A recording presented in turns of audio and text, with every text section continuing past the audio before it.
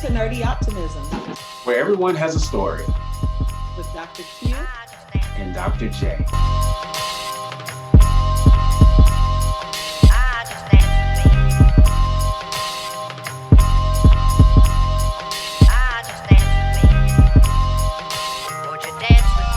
Welcome back to Nerdy Optimism. I am Dr. J. And I'm Dr. Q. Dr. Q, how are you? I'm doing well. How are you? I'm pretty good, pretty good. I'm extremely excited about today's show. Ashley Gilmore, she was phenomenal. I'm excited. I am too. She was phenomenal, and she has a lot to say that I think will be impactful for the audience. Yes, yes.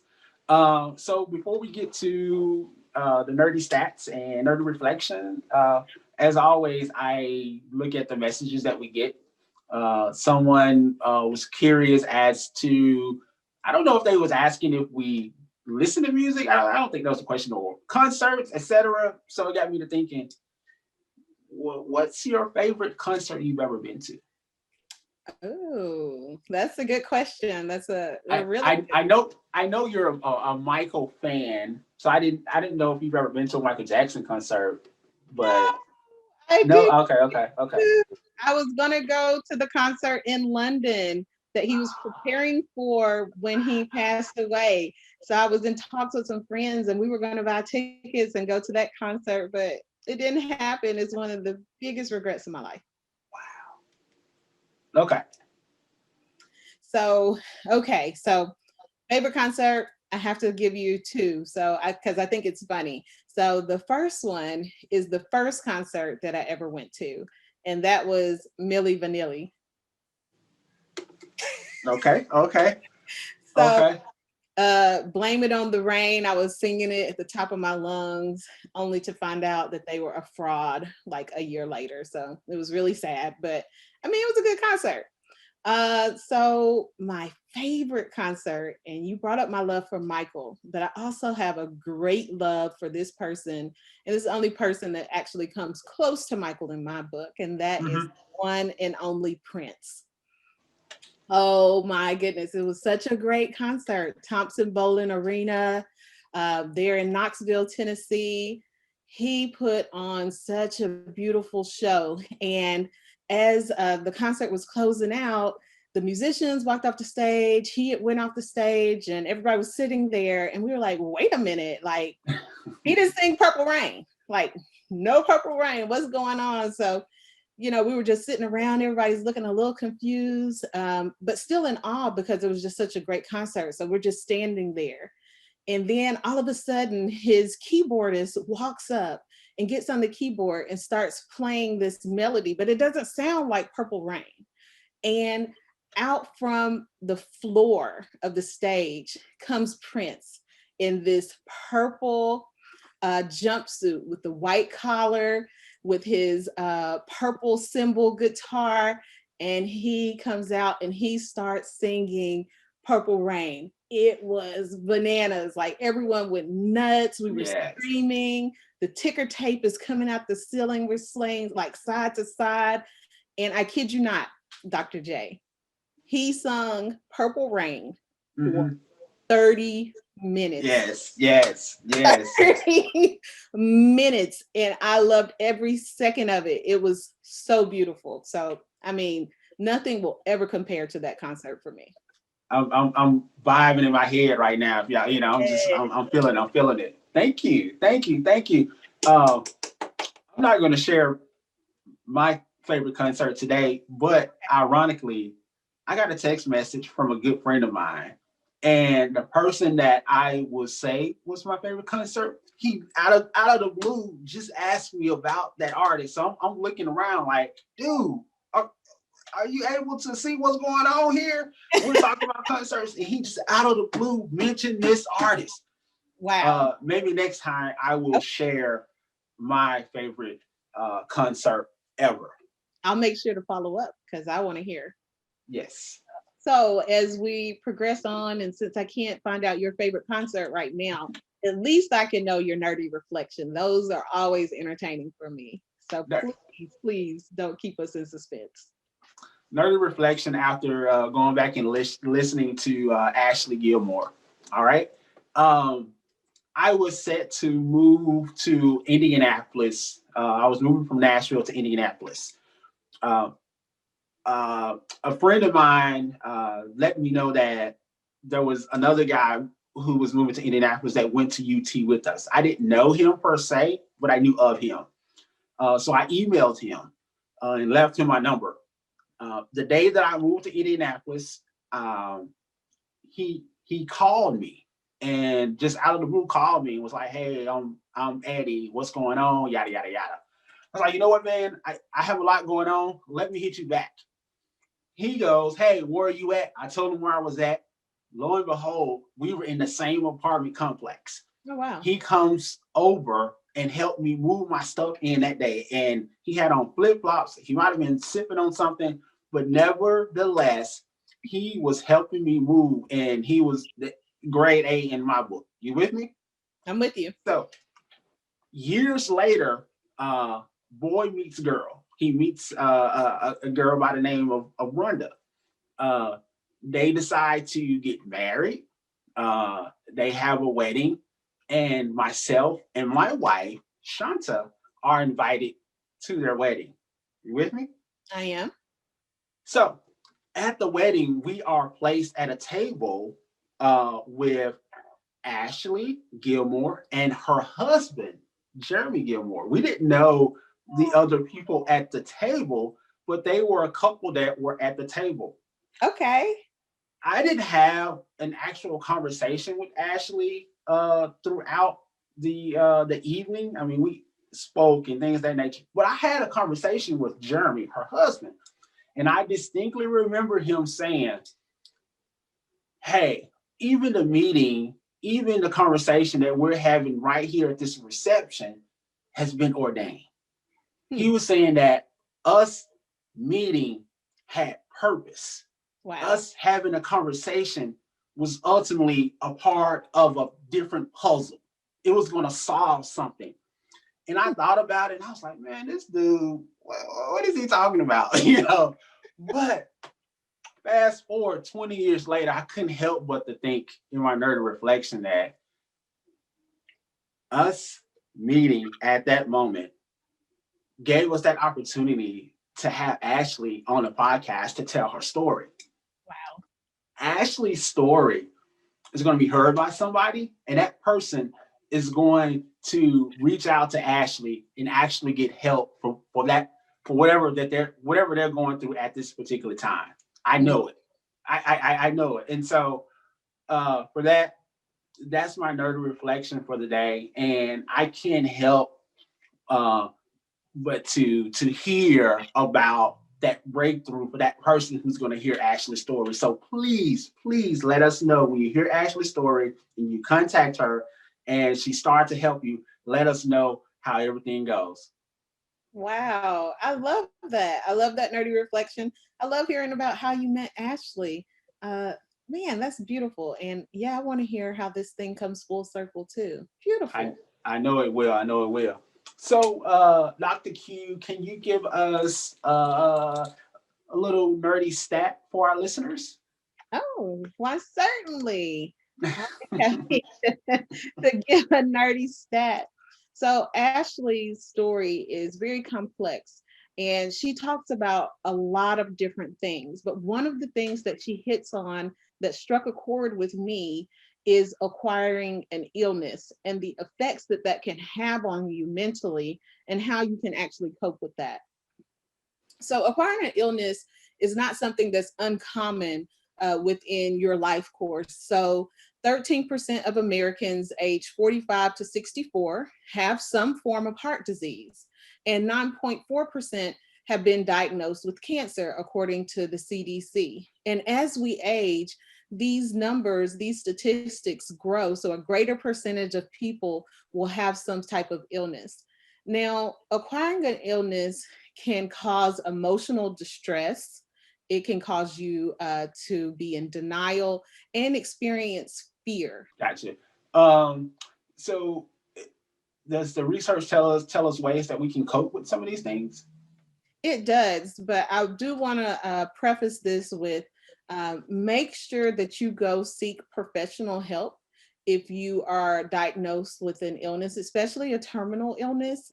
It's something that you'll need professional coping skills for, but for prevention of psychological distress, it's important that you still strive for excellent physical fitness. So think about your nutrition, think about your activity. Also, make sure that you maintain good and healthy sleep habits. Now, most people will continue to work, and this is a positive thing, but make sure you strike that balance between your professional obligations and your personal time. Also, make time for significant others in your life. Nurture those close friendships and relationships while making time for leisurely pursuits. And lastly, make sure that you be careful with consuming things that can be detrimental to your health. So, any type of drugs or alcohol, make sure that you try to eliminate those from your life. Okay. Okay. Thank you for that nerdy stat, Dr. Q. Thank you. No problem. So, I'm just so excited for the audience to hear from Ashley. So, I want to bring her on in, if that's okay with you. I'm ready. All right, so let's bring her in. Hello, and welcome back to Nerdy Optimism. Today we have a special guest with us, Ashley Gilmore. She's so graciously decided to come in and join the hot seat with us and tell her story. Just excited to see what she's going to bring to us, and we can just have that dialogue. And hopefully her story will definitely help someone along the way. So, Ashley, welcome to the show. Thank you. Thank you for having me. I'm super excited. Thank you. Good. So, for our audience, as always, your bio will be on our website, so they want to check you out, see what you're all about. It's a great bio. It's a great read, and so we will have that. So, if you could just tell us a little about yourself, tell the audience about who Ashley is before we get into your story. Yeah. So I'm just a little Black girl from the hood, and God brought me to Durham, North Carolina. I'm the only child to a single mom, and I was raised in East Chicago, Indiana. So if you're familiar with Gary and Chicago, our little city is literally right between the two of them. I was born and raised there, went to college at Purdue in West Lafayette, Indiana, and then went to the Indiana University. So I got the best of both worlds, I guess. I met my husband in high school, and I guess I followed him everywhere, which is a good thing. I'll say that. And so here we are in North Carolina. We've been together for 20 years. So I met him his senior year of high school. And we have been married for 14 years, and we have 2 daughters. While we were in graduate school at IU, I got my first master's in counselor education. And so before leaving Indiana, I was a guidance counselor, high school guidance counselor for about a year. We had our daughter and moved to North Carolina. And at that time, I didn't think that I wanted to do counseling anymore. I had my own kids, and it's something about like trying to help other people's kids and then trying to raise your own, and trying to have this thin line of not trying to beat other people's kids and then trying to like raise your own. And I realized like I wasn't ready for that anymore. So I worked for a private university here in Durham for about 8 years. And then we can talk a little bit more about this, but I had kind of a series of traumatic events happen, and it pushed me back into school because I knew that counseling was my calling. And I don't tell people that often, but like I felt that this was work that I was supposed to be doing. And so I went back to school, finished a couple of years ago. And currently I'm a mental health counseling associate. So I'm almost full level. And a year ago almost, I started my own private practice at the same time. So I'm a founder of Gilmore Counseling and Consulting Services, PLLC, and we are a counseling company that private practice that does couples, individuals, and therapy, group therapy. I also do consulting. So I help other churches and organizations with racial trauma. That is something that I'm really interested in. But I also do marriage facilitation and retreats and kind of like women's health type thing. I'm big on self-care.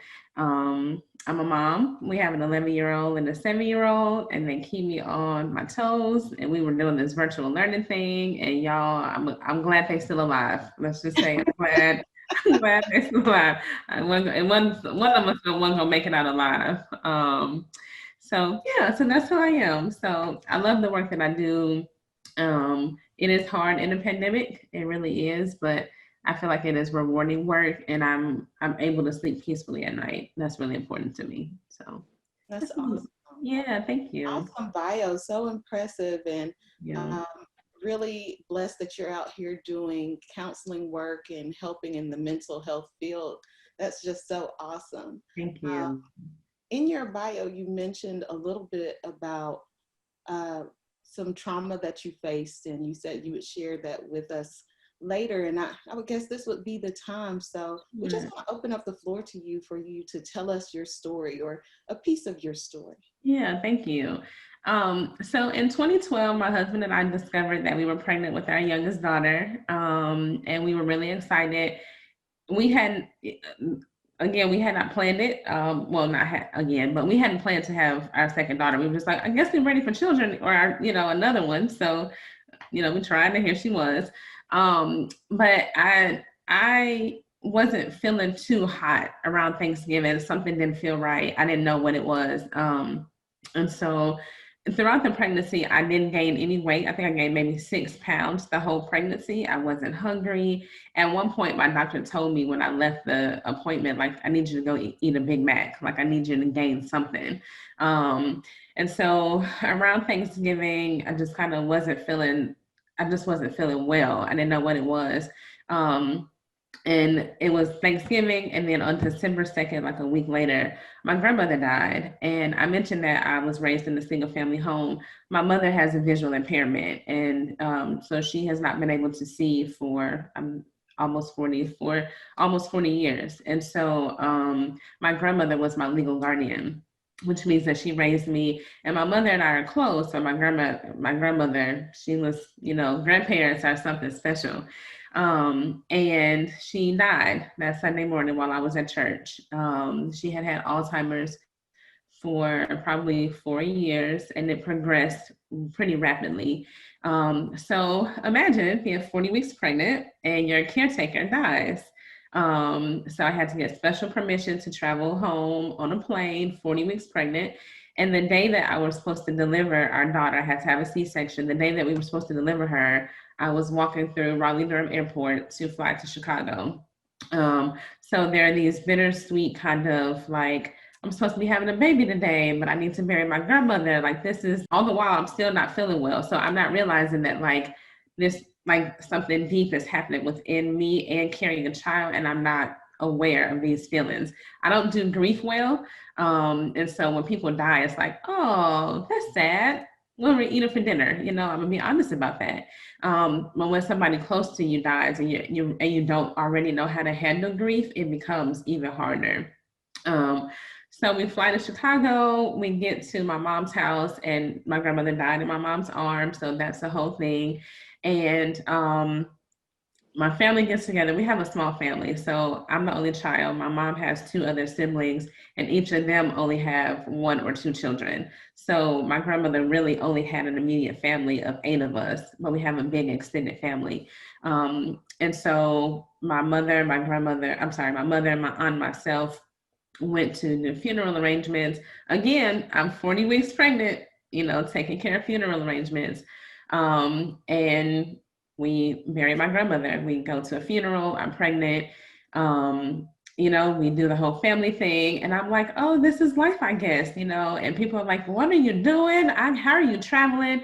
People shamed me for traveling to her funeral. I had to have doctor's notes in case I went into labor while I was in Indiana. It was a whole thing. So that Sunday, we left Indiana, flew back to Raleigh-Durham, and I am 30,000 feet in the air, realized that this special person that I will no longer see is buried 6 feet underground, and I'm still pregnant. And I just bust out in tears on the plane. And again, it's the grieving process, and you're not aware of like what's happening. And so my husband is like, it's okay, you know, we'll get through this. We get off the plane, we get home. I put my feet up because I'm 40 weeks pregnant. I think at this point my feet are almost swollen.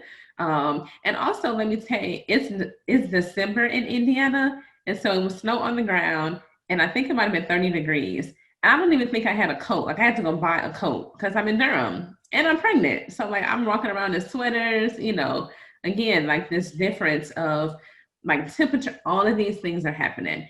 And I'm not aware that my body is actually experiencing something outside of my daughter. We come back, the doctor's like, okay, you'll have this baby tomorrow. Go to have a C-section, and I have a full-blown panic attack on the table. And the doctor tells me she could not deliver the baby because my blood pressure is too high. So the C-section was scheduled for, I think, 8:30. I don't think my daughter was delivered until like 9:45 or something like that because I couldn't get my blood pressure down. I'm having a full-blown panic attack. I couldn't do it. I literally said, I can't have another baby. I don't know what's going on with my life, my body, anything. At that point, I wasn't myself. And I'm starting to feel like I'm trapped between grief and celebration. And again, as Black people, sometimes we don't know how to grieve. And so I'm struggling. I'm having a really hard time. So we have our daughter. She's amazing. You know, I love her. She's great. Now she's like my little mini me. It's the whole thing. But this is also December, and so Christmas is around the corner. So my mother comes, and while she's here, I discover that I can't speak. So I'm having a hard time swallowing, and I'm sounding nasally. So we're thinking that it's a cold, thinking that it's some kind of sinus infection. Long story less long, as my friend would say. In January, I discovered that I have what's called myasthenia gravis, and it is a neuromuscular condition that impacts the muscles and the nervous system. And when they don't talk, your body starts to shut down. So in between this severe grief and the trauma and having my daughter, my body was literally shutting down. I could not swallow, which is a part of me not being able to eat while I was pregnant, not having an appetite. And I think 2,000 people may get myasthenia gravis. It's starting to become more popular. But mine was so severe that it attacked all of my body, all of my neuromuscular system, my face. I had really droopy eyelids. I couldn't keep my head up. I couldn't swallow. And I'm trying to nurse my daughter and grieve. So we find all of this out. I have to have what's called plasmapheresis treatments, and it's similar to dialysis, where they drain your blood from one arm, they filter it, kind of give it like this special treatment, and they insert it back into your body so that your muscles can become stronger. Over the course of the last 7 years, I think I've had over 250 plasmapheresis treatments in order for my body to sustain itself. In that January, it was so severe, I continued to have them. My doctor wanted to admit me. I couldn't be admitted because I had a newborn. And in March, so my daughter is 3 months at this point, I ended up with having to have major surgery. They removed the thymus gland from my body. It's like this small thymus gland kind of in between your lungs and your heart. It's a gland that people, of course, don't know about, but it impacts, again, your neuromuscular system. It did not help me at the time. 7 years later, I could see some benefits. At that time, it did not help.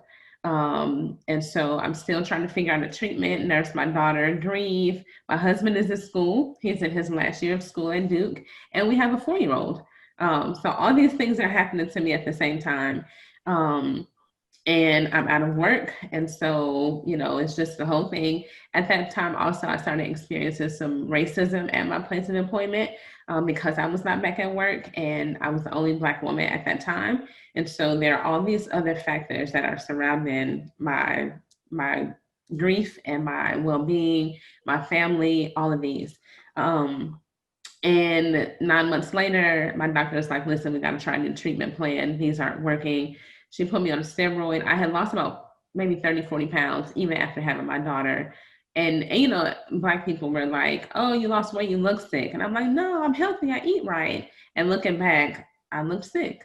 And I wanted to, you know, I cringe at like not taking care of my body more. I try to blame myself, and it's not anything that I could have done. And so over the course of the 7 years, I've still battled with myasthenia gravis off and on. I have treatments every year. It's usually worse in the fall. My body shuts down in the fall big time, so I'm kind of experiencing it now, to be honest.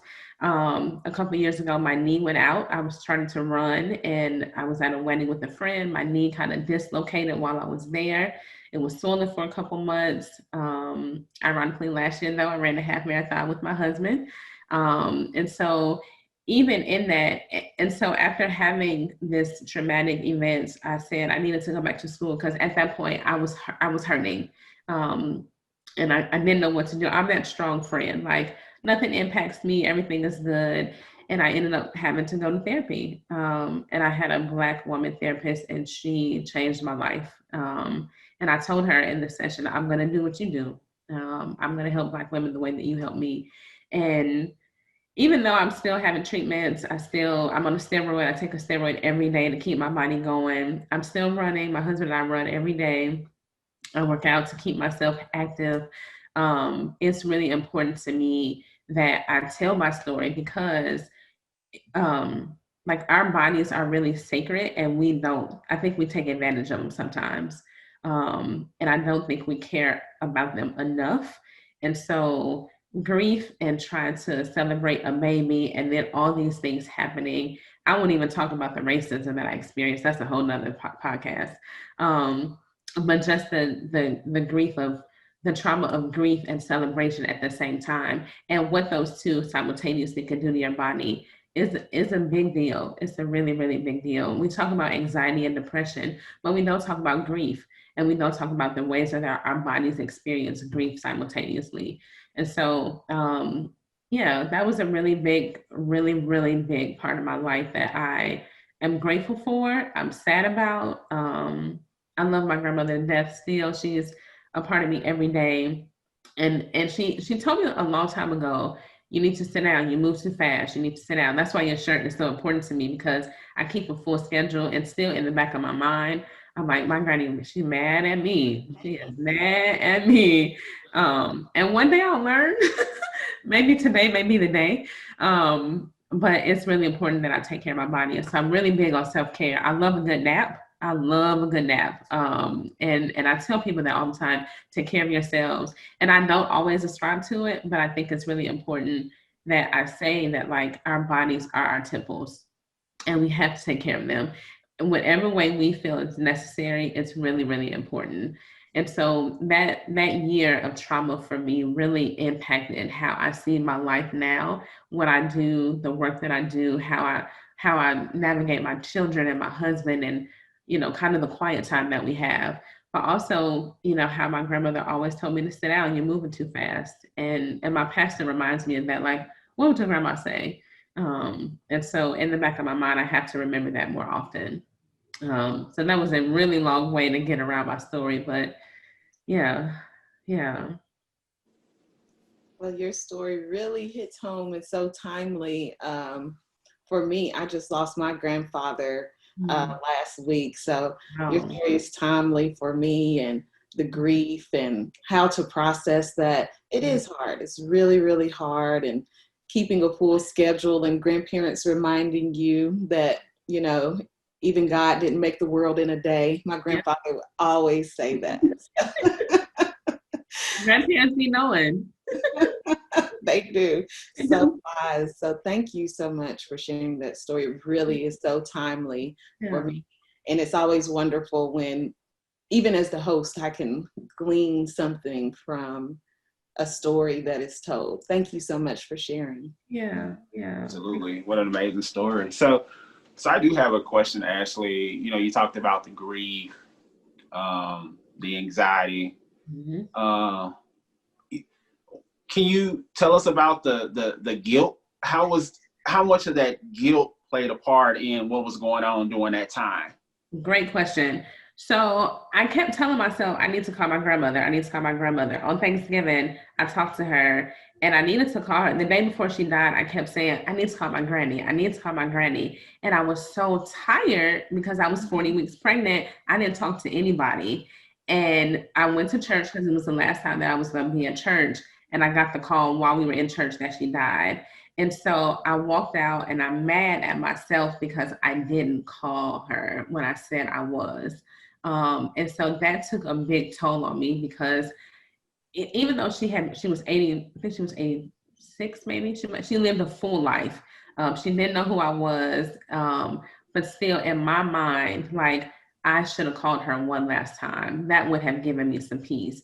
And so the guilt that and of course I've worked through that in therapy, of course, I've worked through that, but that first year, it was really hard. Like, I should have called her. I should have called her.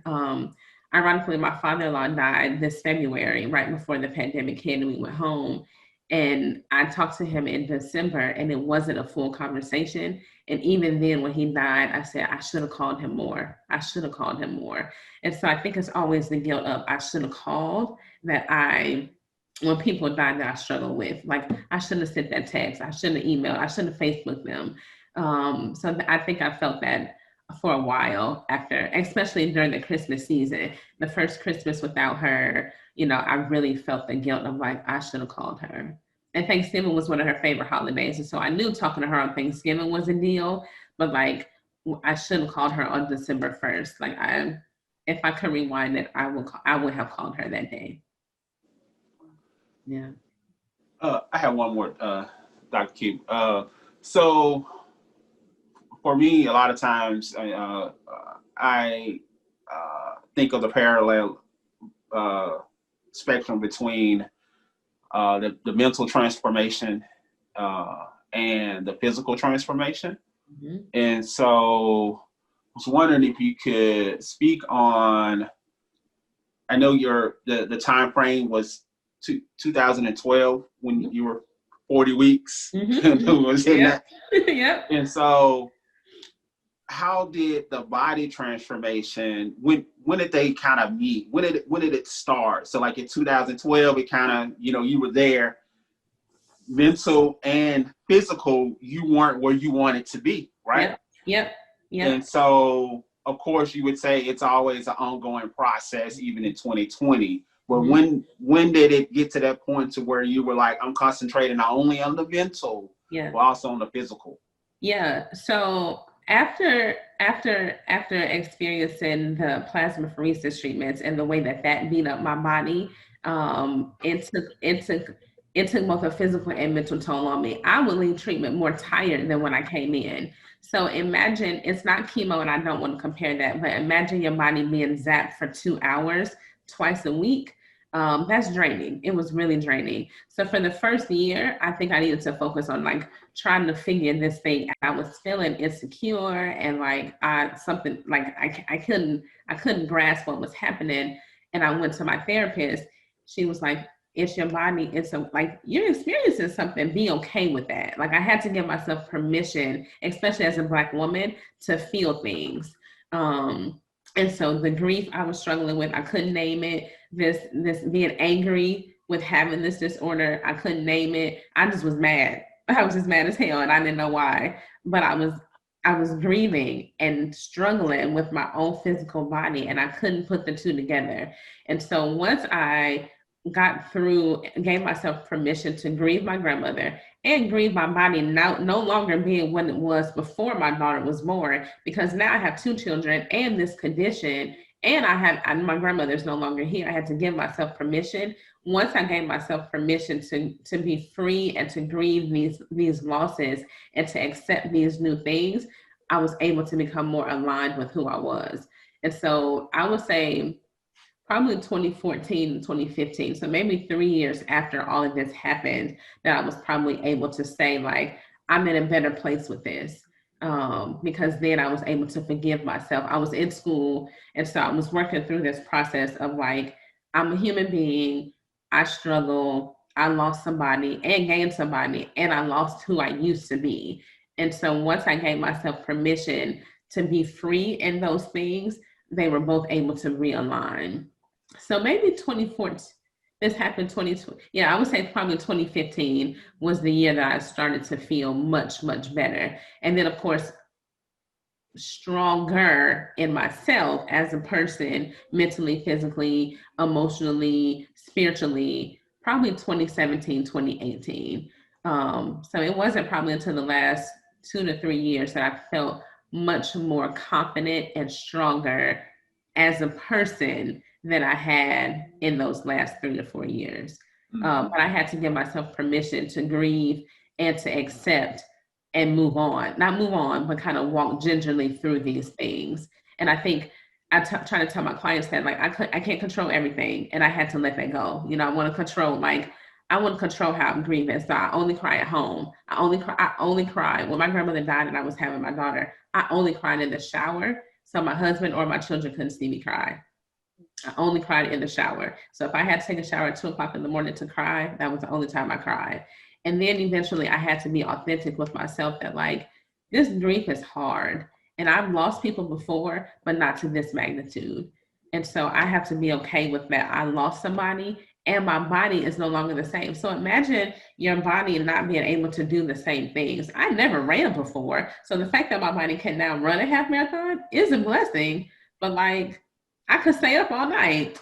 By 10:30, I'm like, I gotta go to bed, you know? Partly that's age, but it's also that like, I can't do the same thing. I can do different things. And I had to give myself permission to do those things.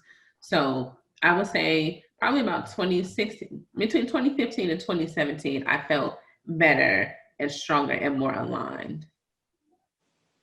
I'm answering y'all questions. It's such a long way. I'm sorry. No, you're fine. You're fine. Beautiful way. You're fine. Thank Okay. you. So, in your story, you mentioned that you were able to find a Black woman therapist, and that is something that's hard to do in certain areas of the United States. Yeah. So what was the process in being able to find a Black woman therapist, and was that your original goal? Did you specifically seek out a Black woman, and if so, why? Yep, I specifically sought out a Black woman because I knew that she could understand. I went because of the grief, but I think I was also starting to experience this racial trauma at work also. And so I needed somebody who was Black and who could identify like with this racial thing that I was starting to experience. White women are in their own caliber of woman. And so not that a white woman probably could not help me, but she definitely could not identify with what I needed. And so in this area, mental health is really, really important. So I'm in the Triangle. And so we have 3 of the best colleges in one area. And 2 of them have counseling and social work programs. And so I knew that I was going to find somebody who could do what I needed.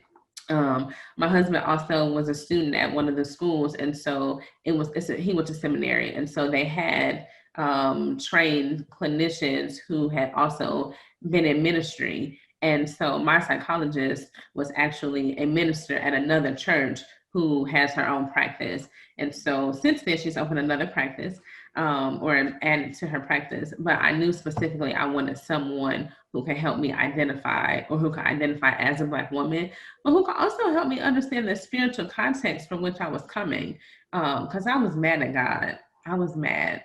And so she helped me work through that anger also. And so I specifically sought out one who could help me with those factors.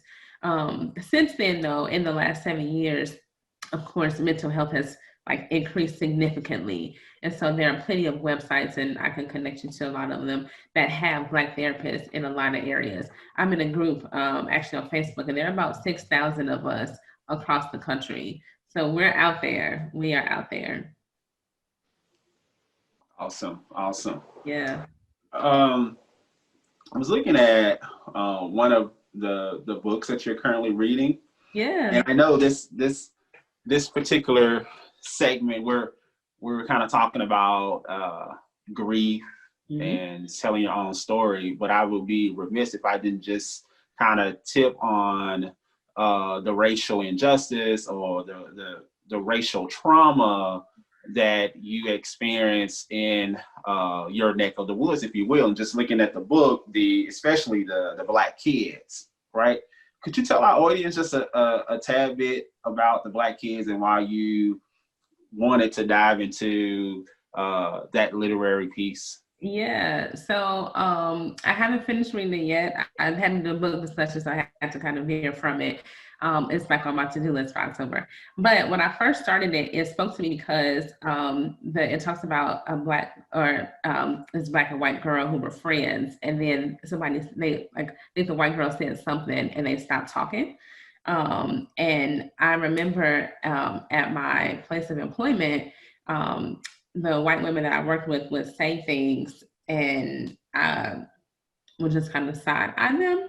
And again, it wasn't until I went to therapy that I realized that, like, no, we can't say these kind of things, like these things are not cool. And so my children go to a private school with a lot of white kids. And so I see my children in this book sometimes. And so I wanted to be specific about how I taught my daughters to be confident in like righting the wrongs of white children who say things to them.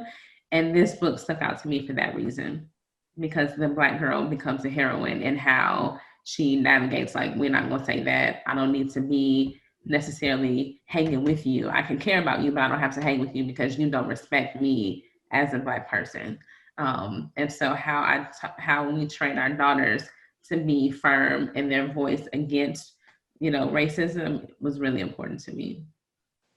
Thank you for that, because I can see how that ultimately, will help your daughter years from now, but also how it, I guess, would have helped you with your path as well, going through what you were going through. So thank you for that tidbit for our listeners, and we definitely would. When we touch on the racial injustices as whole, when we have our panel, we'll have to give you a call back so we can have a different conversation. Yeah. So thank you for that. So tell us, where can our audience find you if they want to connect with you? Yeah, so my website is www.gilmorecounseling.com, and you can enter a submission for a free consultation, and if you need therapy, we can go from there.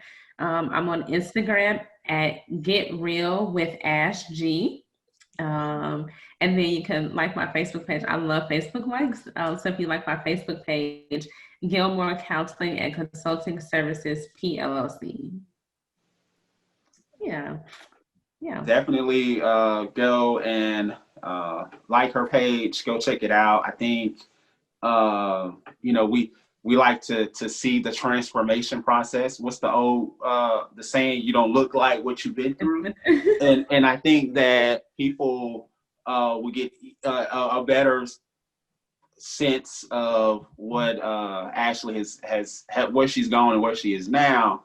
And I think they would even gravitate to you even more by getting a visual of that maturation process that you've gone through. Thank you so much. Yeah, I think it's like I said, I'm from the hood. A lot of my friends, we all have a trauma story from being from the hood, and being where I am today. I think it's just a true testament of the work that my grandmother has done, and God. I can't leave God out of this, but my grandmother and my mother and our village, the hood is always like a special place that we don't talk enough about. But I think, like I said, I'm from East Chicago, Indiana, a small little neighborhood called New Edition. And, we have 5 streets, like this little block. And, my church was in the neighborhood, my store was in the neighborhood. And so my foundation has helped me to be who I am today. And I credit a lot of that to my grandmother being the foundation for that, my mother. And so I'm really, really grateful for opportunities like this to be able to share my story. So thank you for allowing me to be here. It's an honor, and I'm really grateful. Great. Well, thank you for joining us, Ashley. Here on Nerdy Optimism, we think that everyone has a story, and we're so happy that you were able to share your story with us. Thank you, guys. Thank you. Yeah. Progressive flow. Show me my competitors' race and let you see they ain't nothing like mine.